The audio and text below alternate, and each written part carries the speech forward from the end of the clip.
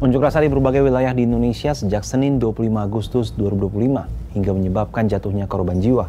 Salah satunya Afan Kurniawan, seorang pengemudi ojek online yang tewas dilindas kendaraan taktis Brimob, turut menuai sorotan media internasional. Lantas apa saja pemberitaan yang dimuat oleh media-media internasional terkait unjuk rasa yang terjadi beberapa waktu terakhir ini? Sejumlah media asing menilai demonstrasi ini menjadi ujian besar pertama bagi pemerintahan Presiden Prabowo Subianto yang baru hampir setahun berjalan. Salah satunya diberitakan oleh Reuters yang melaporkan unjuk rasa yang terjadi di Jakarta, Bandung, Surabaya, hingga Gorontalo. Reuters juga menyoroti pernyataan Presiden Prabowo yang mengaku terkejut dan kecewa atas tindakan berlebihan aparat. Media itu menambahkan aksi demonstrasi yang berujung kerusuhan berdampak pada pasar keuangan. Mata uang rupiah disebut melemah 0,9% terhadap dolar AS, sedangkan indeks harga saham jatuh 1,5%. Sementara itu BBC menulis kerusuhan di Jakarta meluas ke berbagai kota setelah pengemudi ojek online, Afan, tewas dalam aksi protes menolak tunjangan rumah bagi anggota DPR dan isu biaya hidup. BBC menyoroti prosesi pemakaman Afan yang dihadiri ribuan rekan sesama ojol serta beberapa tokoh publik. Menurut BBC, protes ini tak hanya menolak tunjangan rumah DPR sebesar 50 juta rupiah per bulan, tapi juga menuntut kenaikan upah, penurunan pajak, dan penguatan pemberantasan korupsi. Lalu ada juga media asal Qatar Al Jazeera yang menilai kerusuhan di Indonesia sebagai puncak kekecewaan ekonomi dan politik.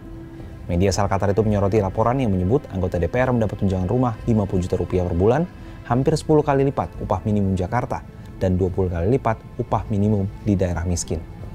Terkait demonstrasi yang berujung kerusuhan tersebut, mantan Kepala Badan Intelijen Negara AM Hendro Priyono Kamis 28 Agustus mengklaim tahu dalang di baliknya. Bahkan ia menuding ada pihak asing yang berada di baliknya. Namun dia enggan menyebut siapa pihak asing itu. Menyikapi kerusuhan dan penjarahan yang sudah menyebabkan jatuhnya korban jiwa, Presiden Prabowo Subianto pada Minggu 31 Agustus 2025 akhirnya buka suara. Lantas apa saja yang disampaikan oleh Presiden?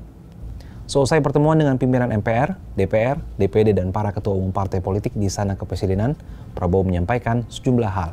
Salah satunya meminta DPR mencabut sejumlah kebijakan yang belakangan memantik keresahan di publik. Kebijakan itu termasuk tunjangan jumbo bagi anggota dewan serta moratorium kunjungan kerja ke luar negeri. Dalam rangka menyikapi apa yang menjadi aspirasi murni dari masyarakat, saya menerima laporan dari para ketua umum partai politik bahwa mereka telah mengambil langkah tegas terhadap anggota DPR masing-masing terhitung sejak hari Senin 1 September 2025, yaitu terhadap anggota DPR masing-masing yang telah mungkin menyampaikan pernyataan-pernyataan yang keliru. Kemudian para pimpinan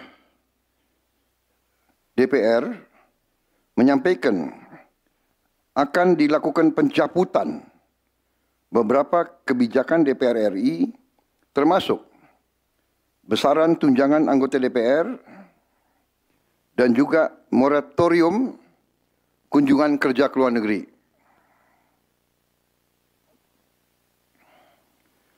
Langkah tegas tadi yang dilakukan ketua umum partai politik adalah mereka masing-masing dicabut dari keanggotanya di DPR RI.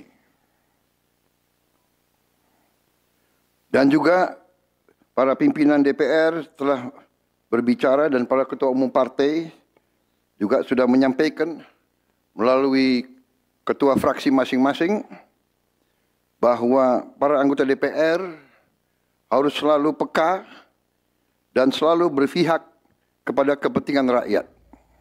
Presiden juga memastikan untuk memproses hukum anggota Brimob yang diduga terlibat dalam tewasnya Afan Kurniawan, pengemudi ojek yang tewas setelah dilindas oleh rantis Brimob.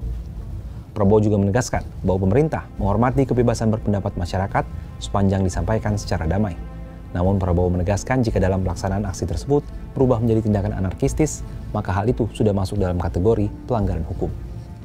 Gelombang demonstrasi yang akhirnya memicu kerusuhan, pembakaran, dan penjarahan di seluruh lokasi di tanah air tak luput dari sorotan mancanegara.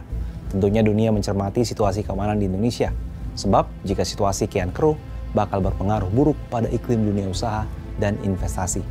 Dengan imbauan terbaru Presiden Prabowo, mampukah pemerintah memulihkan situasi keamanan yang turut disorot dunia? Dan apakah pemerintah dapat mengembalikan kepercayaan masyarakat? Gimana menurut sahabat Kompas?